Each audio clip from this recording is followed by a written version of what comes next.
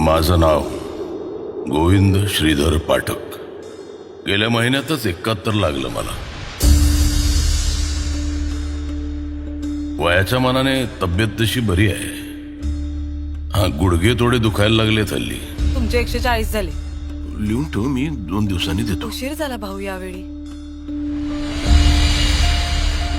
काय झालं? पुन्हा भांडून आलात ना कोणाशी तरी? तुला माहितीये मी कोण आहे? काय करू सुहास, मी असाच आहे. असेच आवडता मला. आणि तो चष्मा द्या इकडे. आमचे जावई आता मुख्यमंत्र्यांचे प्रधान सचिव होणार आहेत. माझं अकाउंट मला ऑपरेट करू दे ना. काही बोलू नका बाबा. आज त्या भाजीवालीनी सगळ्यांसमोर माहिती ऐका ना बाबा, नंतर बोलूया का आपण? मला आवरायचं हो. सुहास,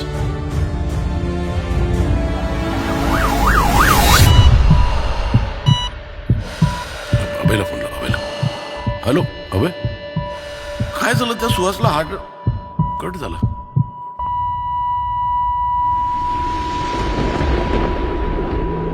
खून कुणाचा? माझ्या पत्नीचा, माझ्या मुलाने केलंय. बाबा काय चाललंय? आपण कोर्टात बोलू अभय.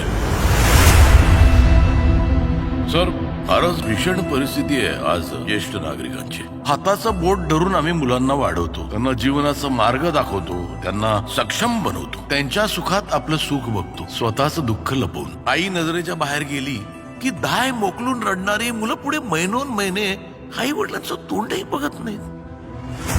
स्वतःच्या सख्ख्या मुलाला उद्ध्वस्त करताना लाज कशी वाटत नाही ह्या म्हाताराला? मुलगा आहे तो माझा. काय होईल त्याला याचा विचार केलाय का? त्याने विचार केला, तुझं काय होईल? म्हणून पैसे मागायचे?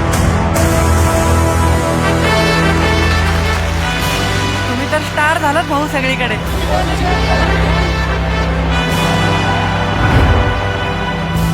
4,72,86,100 हे माझ्या हक्काचे पैसे आहेत आणि मला ते हवेत.